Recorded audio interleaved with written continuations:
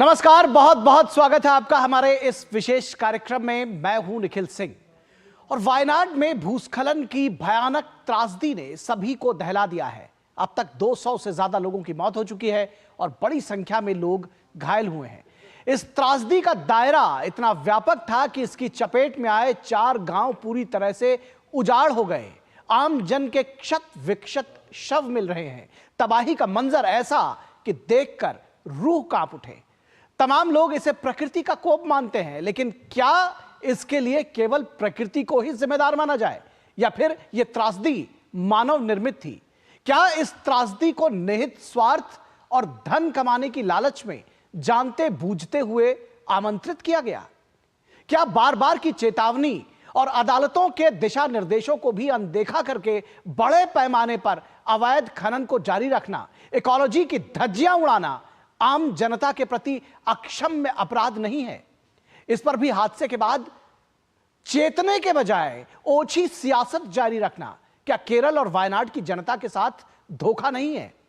अपने इस विशेष कार्यक्रम में हम आपको दिखाएंगे वायनाड हादसे का असली सच।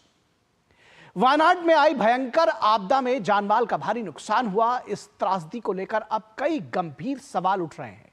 दरअसल पर्यावरणविद और जानकार सवाल उठा रहे हैं कि जब वर्षों पहले से ही इस तबाही की दस्तक हो रही थी और बार बार हो रही थी, तब राज्य सरकार क्यों सोती रही? बेलगाम खनन और अंधाधुंध निर्माण की वजह से बिगड़ रहे हालात पर राज्य सरकार को लगातार चेताया जा रहा था। इन सब के बावजूद राज्य सरकार अपनी लापरवाही से इस तबाही को न्योता देती रही।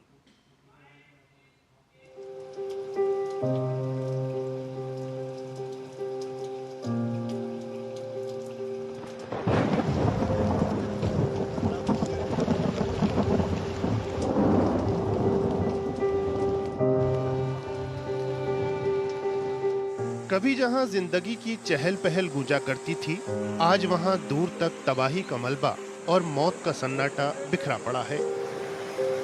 केरल के वायनाड में भूस्खलन अपने साथ सैकड़ों जीवन बहाकर ले जा चुका है। आपदा कितनी भयानक थी, इसका अंदाजा उसके पीछे छूटे निशानों से होता है। लेकिन यह आपदा आई कैसे? विनाश की भेंट चढ़े लोगों के परिजन, पर्यावरणविद और आम लोग, सबका यही सवाल है। सवाल उठ रहे हैं राज्य सरकार के उस रवैये पर जिसने वर्षों तक चेतावनियों की अनदेखी की। सवाल उठ रहे हैं प्राकृतिक संसाधनों के अंधाधुंध दोहन के होते रहने देने पर। लोग पूछ रहे हैं तबाही की बार बार की दस्तक की तरफ से राज्य सरकार अनजान बनी क्यों बैठी रही? जिस क्षेत्र को लेकर वैज्ञानिक और पर्यावरणविद बार बार चेता रहे थे, वहाँ कदम उठाना तो दूर, बड़े पैमाने पर निर्माण कार्य होने दिए गए। वैज्ञानिक और पर्यावरणविद वर्षों से चेतावनी दे रहे थे कि वायनाड और आसपास के जिलों में जारी अंधाधुंध उत्खनन आपदाओं को बुलावा देने जैसा है। इसके बावजूद राज्य स्तरीय पर्यावरण प्रभाव आकलन प्राधिकरण इस ताबड़तोड़ उत्खनन को अनुमति देता रहा।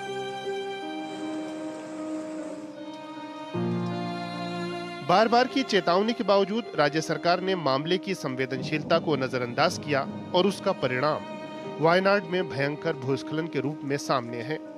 इस संदर्भ में बिना पर्यावरण प्रभाव आकलन, पारिस्थितिक रूप से नाजुक क्षेत्रों में ग्रेनाइट खदानों को पर्यावरणीय मंजूरी, बगैर अनुमति चल रही हजारों खदानों पर नियंत्रण में नाकामी, एनजीटी और सुप्रीम कोर्ट के दिशा निर्देशों पर अमल न करते हुए व्यापक खनन नीति से जुड़ी सिफारिशों को लागू न करना, मानसून के दौरान खनन गतिविधियों को रोकने के आदेशों के बावजूद राज्य सरकार द्वारा बारिश हल्की होते ही खनन की अनुमति देना, राज्य सरकार के ऐसे कदम रहे जिन्होंने हालात को और बिगाड़ दिया। हैरानी की बात है कि आपदा की चेतावनी केवल मौखिक रूप से ही नहीं मिल रही थी। पिछले कुछ वर्षों में ऐसे क्षेत्रों में बाढ़ और भूस्खलन की घटनाएं लगातार सामने आती रही। इसके बाद भी केरल की कांग्रेस और लेफ्ट सरकारें अपनी आंखें बंद ही किए रही। 1983 से 2015 के बीच केरल में भूस्खलन की 115 बड़ी घटनाएं हुई। इनमें 78 खनन क्षेत्र के 1 किलोमीटर की परिधि में थीं। खनन से पर्यावरण पर पड़े प्रभाव और 2018 की बाढ़ के बावजूद 147 नई खदानों को अनुमति दी गई। बाढ़ के बाद पुनर्वास योजना प्रभावी नहीं रही, इसलिए बड़ी संख्या में लोग आपदा जोखिम वाले क्षेत्रों से अलग हटकर नहीं बसाए गए। पारिस्थितिक रूप से संवेदनशील क्षेत्र कवलपपारा के 10 किलोमीटर के दायरे में 33 खदानें चल रही थीं। 2019 में भूस्खलन में यहां 59 लोगों की जान चली गई। पर्यावरणविदों का कहना है कि आज वायनाड जिस आपदा का सामना कर रहा है वो मानव निर्मित त्रासदी है। इसमें कांग्रेस और लेफ्ट की राज्य में एक के बाद एक आई सरकारें भरपूर रूप से शामिल हैं। राज्य सरकार द्वारा नियमों में बदलाव करके खनन आसान बनाना हो या फिर केंद्र की सलाह की अनदेखी करना, इस लापरवाही की कीमत सैकड़ों मासूम लोगों को अपनी जान गंवाकर चुकानी पड़ी है।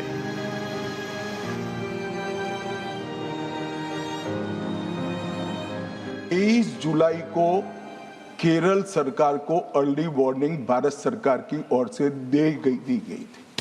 23 जुलाई को 7 दिन पहले, फिर 24 को गई, फिर 25 को गई, 26 तारीख को मान्यवर ये कहा गया कि 20 सेंटीमीटर से ज्यादा वर्षा होगी, भारी वर्षा होगी, लैंडस्लाइड होने की संभावना है, मड भी रस होकर आ सकता है और लोग इसके अंदर दबकर मर भी सकते हैं। खनन के साथ साथ वायनाड में पर्यावरण संवेदनशील क्षेत्रों में बेहिसाब निर्माण कार्य भी हादसे की बड़ी वजह माना जा रहा है। हर वर्ष वायनाड में 12,000 से अधिक नई इमारतों का निर्माण हो रहा है। अकेले कलपट्टा ब्लॉक में 2021-22 में 3,662 नई इमारतों का निर्माण हुआ। निर्माण कार्य की रफ्तार का अंदाजा इस बात से लगाया जा सकता है कि 1950 के दशक में वायनाड का 85% हिस्सा वनों से ढका हुआ था। 2018 आते आते इस वन क्षेत्र का 62% हिस्सा गायब हो चुका है। वनों की इतनी भयंकर कटाई ने पूरे क्षेत्र में भूस्खलन और बाढ़ का भीषण संकट खड़ा कर दिया है। इसी की बानगी वायनाड में इस आपदा के दौरान देखी जा सकती है। सवाल केरल की सरकारों के साथ साथ कांग्रेस नेता राहुल गांधी पर भी उठ रहे हैं, जो पिछले 5 वर्ष वायनाड के सांसद रहे। वायनाड के लोग पूछ रहे हैं कि घटना के बाद वहां पहुंचे राहुल ने बीते 5 वर्ष क्या किया। लोगों का ये आक्रोश उनके खिलाफ नारेबाजी के रूप में भी सामने आया। वहीं केरल सरकार पर्यावरण की दृष्टि से संवेदनशील क्षेत्रों की रक्षा से जुड़ी नीति पर जन सुझाव मांग रही है। लोग पूछ रहे हैं कि इतनी भयंकर त्रासदी के बाद जागने का दिखावा करने वाली राज्य सरकार क्या इस तबाही का इंतजार कर रही थी। Bureau report, DD news.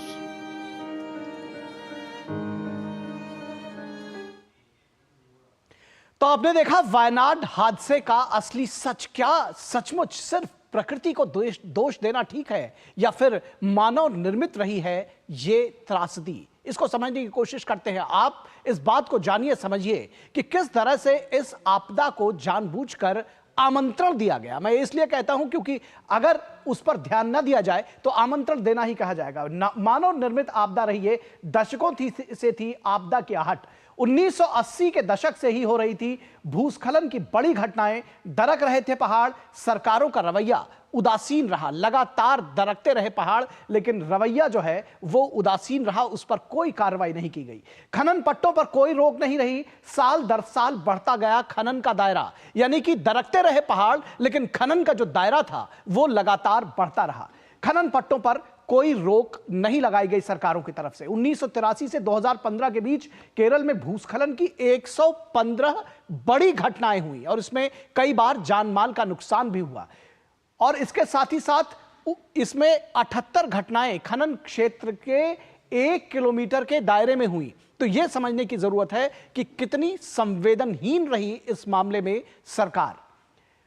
उत्खनन से भूमि अस्थिर हो जाती है, इसका भूस्खलन में बड़ा योगदान होता है। यह भी समझने की जरूरत है कि आखिर किस तरह से यह पूरा जो सिस्टम है वो काम करता है। आखिर क्यों भूस्खलन हो जाता है जिस जगह पर खनन ज्यादा होता है। परिस्थिति के प्रभाव आकलन के बिना निहित स्वार्थ के चलते साल दर साल धड़ल्ले से जारी होते रहे खनन के पट्टे और खनन का परमिट, यानी कि जो परमिशन थी वो पर्यावरण को ध्यान में रखे बगैर बार बार दी जाती रही। बीते 4 वर्षों से मीडिया ने वायनाड और उत्तरी केरल के पड़ोसी जिलों में बड़े पैमाने पर अवैध उत्खनन पर व्यापक रिपोर्टिंग की, लेकिन सरकार नहीं जागी। मीडिया रिपोर्ट्स लगातार बताती रही। पिछले 4-5 वर्षों में ये और ज्यादा रिपोर्टिंग की गई और बताया गया कि किस तरह से हम एक त्रासदी के मुहाने पर बैठे हैं, लेकिन सरकार नहीं जागी। राज्य के पर्यावरण प्रभाव आकलन प्राधिकरण ने बिना जांचे परखे पारिस्थितिकी रूप से नाजुक क्षेत्रों में ग्रेनाइट खनन को मंजूरी दी, और ये एक बार नहीं दी,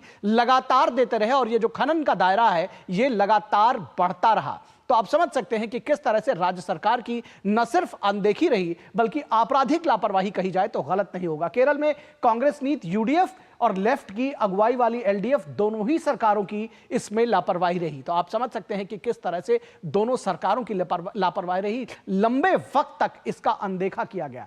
हादसे को किस तरह से न्योता दिया जाता रहा, यह इसलिए कहा जा रहा है क्योंकि जब बार बार दस्तक देता रहा यह हादसा, उसके बावजूद नहीं संभले, तो यही कहा जाएगा। केरल में लगभग 6000 चालू पत्थर खदानें हैं, जिसमें केवल 750 के पास ही वैध लाइसेंस है, बाकी सारी अवैध है। केवल 750 के पास वैध परमिट है। तो आप समझ सकते हैं कि किस तरह से यह पूरा सिस्टम चल रहा था।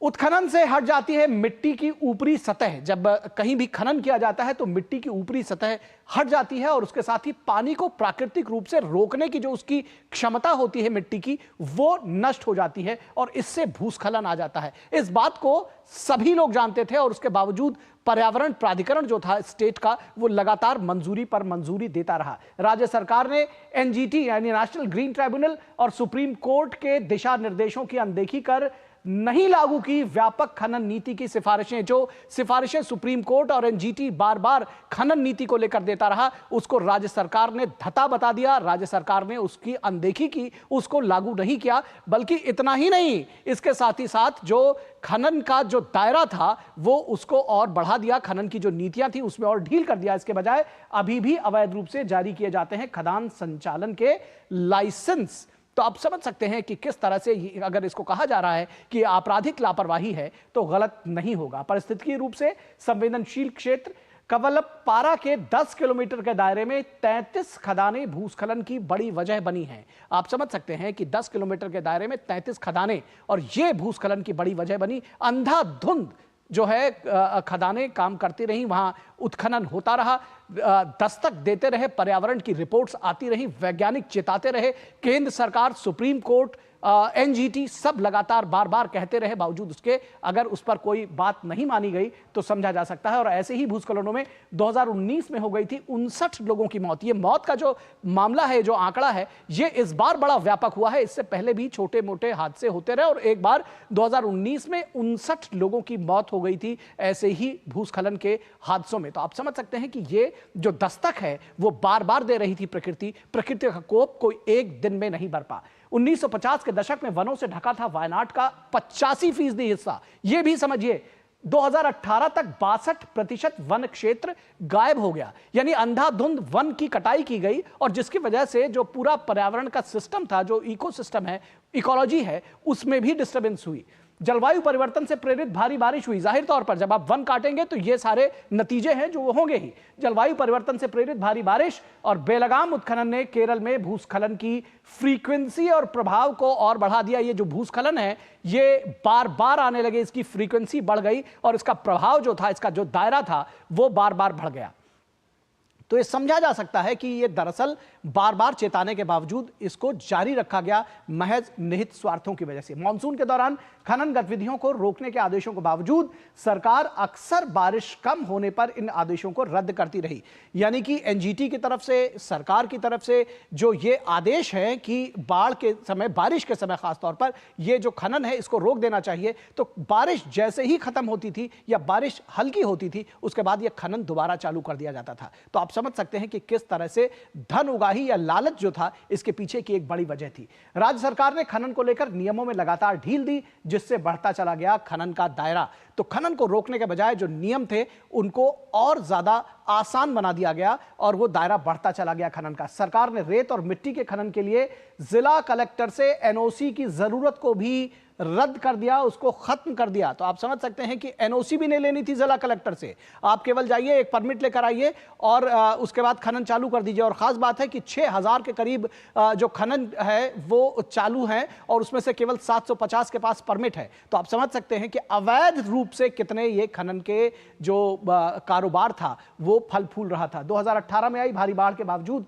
नहीं जागी सरकार, 147 नई खदानों को दी गई मंजूरी। तो इसीलिए कह रहे हैं कि बार बार ये जो दस्तक है वो आ रही थी, उसके बावजूद नहीं चेती सरकार। 2018 की बाढ़ के बाद नाकाफी पुनर्वास की वजह से आपदा प्रभावित क्षेत्रों में ही रह गए लोगों ने जो पुनर्वास का जो कार्यक्रम था वो ज्यादा ठीक ढंग से नहीं हुआ, इसलिए लोगों का सरकार पर विश्वास नहीं जमा। और ऐसे में जब उनको लगा कि यहां पर ही रहना ठीक है तो इसलिए उनको ये कहना पड़ा। तो ये कुल मिलाकर रही सारी ये जो त्रासदी है, इसको समझा जा सकता है कि ये दरअसल मैन मेड है। इसीलिए बार बार कहा जा रहा है कि ये मैन मेड है। सिर्फ इसमें प्रकृति को दोष देना या ये कहना कि प्रकृति का कोप है, ये ठीक नहीं होगा। और इसके बाद सियासत भी जारी रही। हादसे के बाद कांग्रेस के नेता और लोकसभा में लीडर ऑफ ऑपोजिशन यानी एलओपी राहुल गांधी अपनी बहन प्रियंका वाड्रा के साथ वायनाड पहुंचे। यह उनका संसदीय क्षेत्र है, लेकिन उन्हें वायनाड में लोगों के विरोध का सामना करना पड़ा। राहुल गांधी और प्रियंका गांधी 2 दिवसीय वायनाड दौरे पर पहुंचे थे। राहुल गांधी वायनाड से सांसद हैं और अब वो इस सीट को छोड़ना चाहते हैं और प्रियंका गांधी को वायनाड से उपचुनाव लड़ाने की तैयारी की जा रही है। तो राहुल गांधी ने प्रियंका गांधी के साथ मिलकर वायनाड के मुडकुई और पुचुरी मट्टम गांवों का दौरा किया और इस दौरान कुछ लोगों ने उनकी गाड़ी को घेर लिया और उनसे सवाल करने लगे।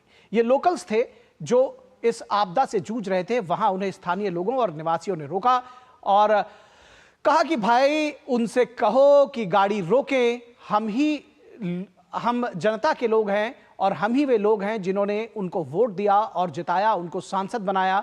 वे यहाँ के सांसद थे। अगर उन्हें गाड़ी से बाहर ना निकलने और कीचड़ में अपने पैर गंदे होने की इतनी ही चिंता है तो वे यहाँ क्यों आए हैं, यहाँ देखने के लिए क्या है। तो ये रिमार्क्स थे राहुल गांधी के लिए वायनाड की जनता के। तो आप समझ सकते हैं किस तरह से। और ये सवाल जो है वायनाड की जनता लगातार राहुल गांधी से पूछ रही है। कई सारे सवाल राहुल गांधी से वायनाड की जनता पूछ रही है।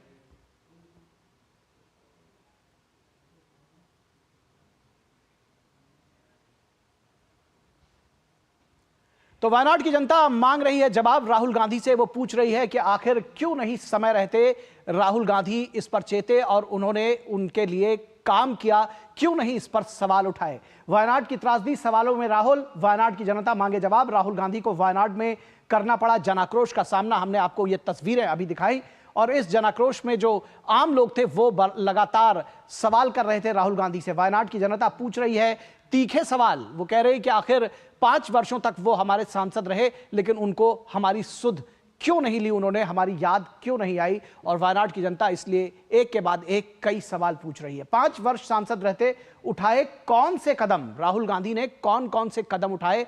5 वर्ष तक वो यहां सांसद रहे और अब वो इस बार अपनी बहन को वहां से लड़ाने की तैयारी कर रहे हैं।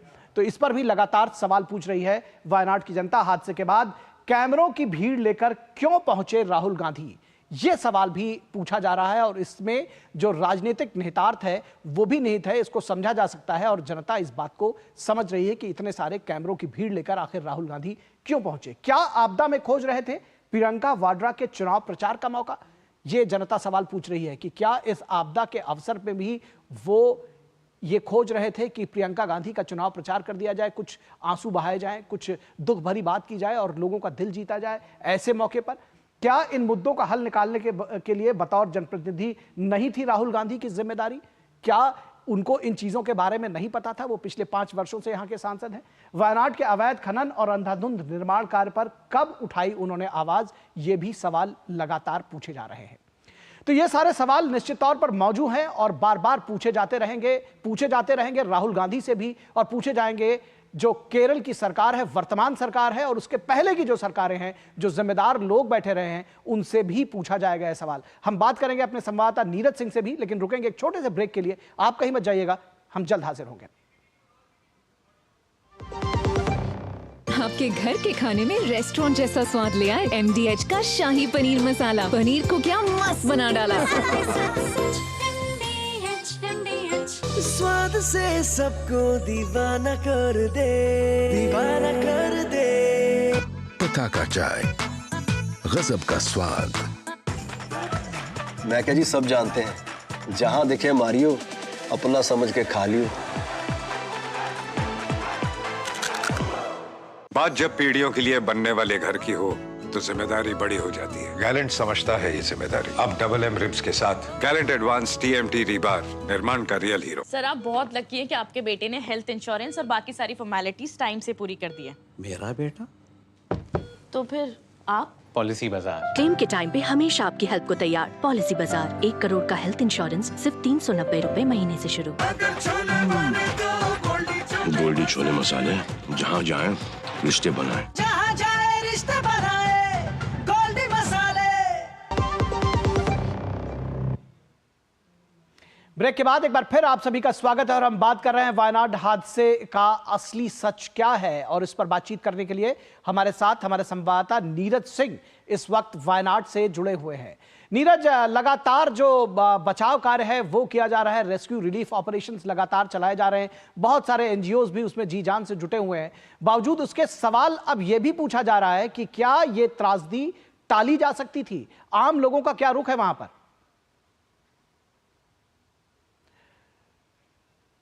तो नीरज सिंह से हम संपर्क करेंगे। उससे पहले हम आपको बताएं कि बीजेपी दरअसल कांग्रेस और राहुल गांधी पर इस पूरे मुद्दे को लेकर हमलावर है। बीजेपी की ओर से कहा गया है कि काश वायनाड के सांसद रहे राहुल गांधी समय रहते अगर उन्होंने काम किया होता तो आज ये आपदा नहीं होती और इतनी जानें शायद नहीं जाती। जब वायनाड की जनता को continue, nothing will go on record, honourable member continue. बेहतर होता कि उन 5 वर्षों में सांसद रहते हुए जो वायनाड की कमियां थी, पूरे देश के बारे में तो उन्होंने घूम घूम कर अन्य बातें की, लेकिन वायनाड की जनता की जो समस्या थी उसको सदन में उठाने का काम करते, प्रधानमंत्री जी से मिलते तो इन 143 जानों को बचाया जा सकता था। एक जनप्रतिनिधि जिस वायनाड की जनता ने इस विश्वास के साथ एक सांसद को चुनकर बेचा कि हमारे सुख और दुख में जब कोई घटना होगी वो हमारे साथ खड़ा होगा, वहां से इस्तीफा देकर भागने का तो काम किया, लेकिन आज इस दुखद समय में वायनाड की जनता के बीच इतनी 3 दिन की घटना होने के बाद उन्होंने जाने का भी काम नहीं किया। Speaker sir, in 2020 Kerala state disaster management authority advised relocating 4,000 families from landslide prone areas in Wayanad. Till today no action was taken and the MP representing Wayanad did not even raise this issue till today. Sir, in the last 1,800 days since Rahul Gandhi is the MP from Wayanad, he has not raised the issue of landslides and floods of Wayanad even once in the assembly and in the parliament. तो राहुल गांधी पर लगातार सवाल उठाए जा रहे हैं कि आखिर उन्होंने 5 वर्षों तक सांसद रहते ये सवाल क्यों नहीं उठाया। इस वक्त वायनाड का रुख करेंगे, जो हमारे संवाददाता नीरज सिंह हमारे साथ जुड़े हुए हैं। नीरज, बचाव और राहत कार्य लगातार चल रहा है, लेकिन ये भी जानना समझना चाहेंगे कि जब ये कहा जा रहा है कि हादसा सिर्फ प्रकृति का कोप नहीं है बल्कि इसको टाला जा सकता था, क्या कुछ कहना है वायनाड की जनता का, केरल के लोगों का? देखिए, बिल्कुल टाला जा सकता था। आप इस अंदाजा लगाइए कि 2014 में वायनाड के अंदर जो होटलों की संख्या थी वो मात्र 413 थी, और अगर आज की संख्या को आप कैलकुलेट करेंगे तो वो संख्या 1,500 के आसपास है, जो कि रजिस्टर्ड है, और जो नॉन रजिस्टर्ड होटल हैं उनकी एक बड़ी संख्या है। आप देखें कि 2022 में जब साइंस अर्थ मिनिस्ट्री ने एक जवाब दिया था जिसमें इस बात का जिक्र किया था 2022 में कि 2015 से लेकर 2022 के बीच में देश के अंदर 3,700 ज़्यादा लैंडस्लाइड हुए थे, उसमें 60% के आसपास लैंडस्लाइड केरल के अंदर हुए थे। ये एक बड़ा आंकड़ा है। आप देखें कि पुथुमाला में 2019 है उसमें लैंडस्लाइड हुआ, 2020 में हुआ, और पुथुमाला के नज़दीक है ये मुंडकई और ये पूरा का पूरा चूरमाला वाला इलाका। इसके साथ साथ आप देखें कि लगातार यहाँ पर बारिश हो रही है।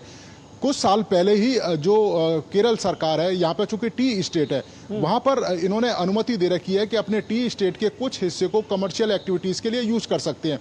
उसका नतीजा ये हुआ कि बड़ी संख्या में यहाँ पर रिजॉर्ट बनने लगे, बड़ी संख्या में लोगों ने ग्लास ब्रिज, रोपवे, इस तरीके से ये तमाम होटल हैं उनका निर्माण करना शुरू किया, और उसका नतीजा ये हुआ कि पेड़ काटने लगे, जगह जगह समतल करने लगे, और जो पहाड़ी जो कह सकते हैं कि इकोसिस्टम है उसको डिस्टर्ब करने की कोशिश की। आप अंदाजा इसी बात से लगाइए कि जो लगातार माइनिंग हो रही है उसकी वजह से मिट्टी तो कमजोर हो ही रही है, लगातार पानी होने के कारण मिट्टी के अंदर एक पाइपिंग जो सिस्टम है वो डेवलप हो गया है। पाइपिंग सिस्टम ये होता है कि ज्यादातर जो मिट्टी है उसमें एक क्षमता होती है पानी सोखने की, लेकिन जब जरूरत से ज्यादा पानी मिट्टी के अंदर चला जाता है तो ऊपर से सतह तो आपको सही लगती है मिट्टी की, लेकिन मिट्टी के अंदर अंदर पानी रहता है, और हल्का सा भी कह सकते हैं कि जो ज्यादा तेज बरसात होती है उसका नतीजा ये होता है कि आपको लैंडस्लाइड देखने को मिलता है। यही कारण है कि इन तमाम घटनाओं को रोका जा सकता था अगर समय पर कदम उठाए जाते, तमाम एक्सपर्ट की जो राय है उसको स्वीकार किया जाता, वहां पर कमर्शियल एक्टिविटीज को अनुमति नहीं दी जाती, वहां पर होटल रिजॉर्ट नहीं बनाने दिए जाते, या फिर वहां पर जो माइनिंग है उस पर लगाम लगाई जाती है। माइनिंग जारी रही, जिस तरह से आप बता रहे हैं, मिट्टी अपनी जो जल शोधन की क्षमता है, जो उसको संचित करने की क्षमता है, उसको खोती रही, और भूस्खलन को दरअसल आमंत्रण दिया जाता रहा, और इस पर कांग्रेस की जो सरकार है और जो लेफ्ट की नीति सरकार रही, दोनों की सरकारें बारी बारी से रही बहुत लंबे वक्त तक, उन दोनों ने कहीं काम नहीं किया, फिलहाल कोई ध्यान नहीं दिया। इसलिए बार बार कहा जा रहा है कि ये आपराधिक लापरवाही। बहुत शुक्रिया नीरज सिंह इस तमाम बातचीत और जानकारी के लिए। और यहां रुकेंगे एक छोटे से ब्रेक के लिए, और ब्रेक के बाद जब वापस लौटेंगे तो बताएंगे कि इस पर भी सियासत करना अभी बंद नहीं हुआ है। अब आया असली स्वाद, अब आया स्वाद। जब स्वाद के पड़े हो लाले तो MDH का चंकी चाट मसाला डालें। MDH का चंकी चाट मसाला। MDH। काट। सुरक्षा की गारंटी हर चीज में जरूरी है, चाहे वो मुश्किल स्टंट हो या अच्छी फसल। इसीलिए ले आइए IIL के ट्रैक्टर ब्रांड का शिनबार, जो देता है सुंडी और ट्रिप से सुरक्षा की गारंटी। सोना सिर्फ गहना नहीं होता, कभी पुश्तैनी पहचान तो कभी प्यारी सी याद होती है। लाइफ में आगे बढ़ने के लिए उसी सोने से गोल्ड लोन लेने का फैसला समझदारी का होता है। मुथूट फाइनेंस ये बात समझते हैं, इसीलिए वो ईमानदारी, सच्चाई और आपके विश्वास को सबसे बढ़कर मानते हैं। मुथूट फाइनेंस, सदियों का भरोसा हमेशा के लिए। तो गोल्ड लोन के लिए कॉल करें 1-800-313-1212। बात जब पीढ़ियों के लिए बनने वाले घर की हो तो जिम्मेदारी बड़ी हो जाती है। गैलेंट समझता है ये जिम्मेदारी। अब MM रिब्स के साथ गैलेंट एडवांस TMT रीबार, निर्माण का रियल हीरो। गोल्डी छोले मसाले, जहाँ जाए रिश्ते बनाए, जहाँ जाए रिश्ते बनाए, गोल्डी मसाले। स्वागत है आपका ब्रेक के बाद, और हम बता रहे हैं वायनाड हादसे का असली सच, और इसके बावजूद जो नैरेटिव है कांग्रेस का, वो फेक नैरेटिव अब भी जारी है। हम इसलिए कह रहे हैं क्योंकि तमाम जो फैक्ट चेक है वो सामने आए हैं। कांग्रेस के कम्युनिकेशन प्रमुख जयराम रमेश ने NDA पर आरोप लगाते हुए कहा है कि NDA द्वारा भूमि क्षेत्र के 36% हिस्से को अधिसूचित करने का कथित निर्णय माधव गाडगिल कार्य समूह द्वारा 2011 में अनुशंसित 64% वन क्षेत्र के स्तर से बहुत कम है। इसमें जो भविष्य में इससे आपदाएं आने का संकट है। लेकिन यह समझिए कि दरअसल सच्चाई क्या है। यह फैक्ट पूरी तरह से गलत है। सच्चाई यह है कि यूपीए सरकार ने 2011 की गाडगिल समिति की रिपोर्ट को खारिज कर दिया था, खुद खारिज किया था। 2011 में गाडगिल में की जो समिति की जो रिपोर्ट थी, इसको तत्कालीन कांग्रेस के नेतृत्व वाली UDF की केरल सरकार ने इस पैनल की रिपोर्ट को कड़ा इसका विरोध किया था, यह कहते हुए कि यह व्यापार के लिए बुरा है। और इतना ही नहीं, केंद्र की यूपीए सरकार ने सामाजिक हित को ध्यान में रखते हुए 2011 में गाडगिल रिपोर्ट को सार्वजनिक करने के पक्ष में तत्कालीन CEC के आदेश को भी खारिज कर दिया था। और खास बात यह है कि उस वक्त जो जयराम रमेश थे वो पर्यावरण मंत्री थे। तो जो नैरेटिव है फेक नैरेटिव, उसको भी आप समझ सकते हैं कि इसके बावजूद आपदा हो गई है, बावजूद फेक नैरेटिव अभी भी चलाना बंद नहीं हुआ है। तो उम्मीद है कि आप जरूर इस बात को समझ पाए होंगे कि इस हादसे का असली गुनाहगार कौन है, इसका सच क्या है। इस कार्यक्रम में बस इतना ही। हमारी पूरी टीम को दीजिए इजाजत। नमस्कार।